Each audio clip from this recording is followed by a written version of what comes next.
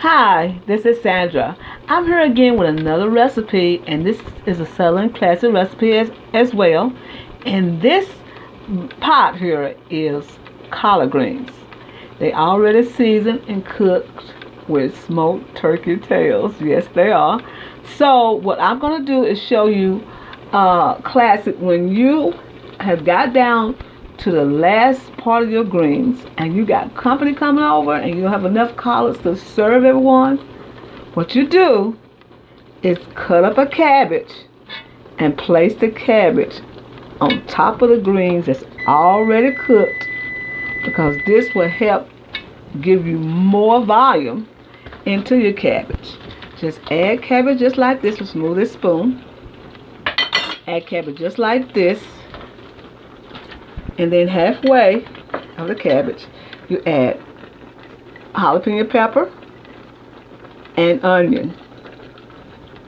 Yes, jalapeno pepper and onion. This gives it a little spiciness and it makes it taste real good. Not too hot, just a good spice. So what you're doing, you're going to put a small head of cabbage, chop it up real nice, and you're going to place it on top, and then you're going to use some Creole season on top. And the Creole season give it a little zangy, you know. Or you can use red pepper, you can use anything that you desire to put on your cabbage. But I'm going to put some Creole season, just a little now, not a lot. Kind of shake it with the camera, y'all. Just a little Creole season, just like this, on top, and it's going to give it a little old spicy little taste, but not too spicy, just enough. And don't put too much. Now I'm not putting any salt in this because it's already have salt in the Creole season. So you want to make sure that the Creole season is not too plentiful in this dish. Then what I'm going to do now is add just a little onion powder. And then I'm going to add a little garlic. Let's see if I can find my garlic. You know, I just cook so much and put things up, wash it down, and can't find my garlic. But what we're going to do is put some garlic in here, maybe about a teaspoon of garlic, and let this cook down. And we're going to be right back and let you see what it looks. Don't forget to put a teaspoon of garlic. I always use the minced garlic that's in a jar. And I don't have it right here with me, so just put a teaspoon of garlic, and we're going to let this smother with a top on top, just like this. Put a top on it like that, and we're going to come back and let you see how these cabbages and collard greens come out.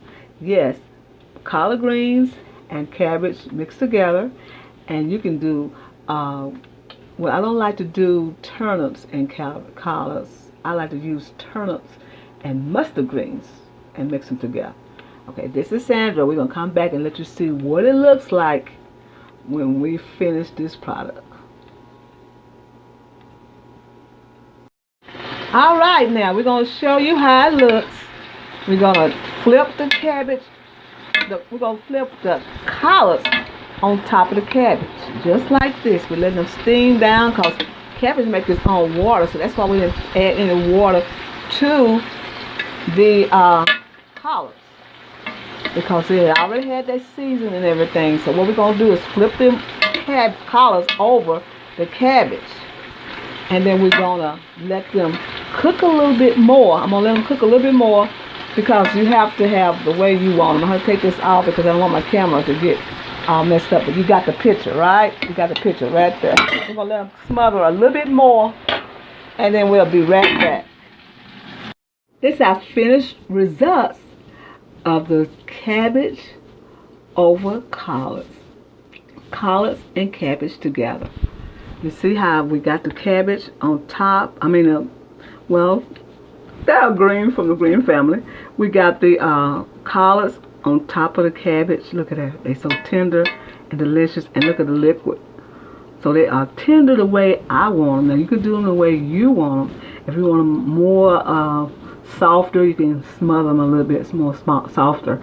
But what I did, I just made sure that they was tender enough and flavorful enough so my family can enjoy them. This is when you use this recipe when you almost out of collard greens and you need some more and you don't have time to cook them.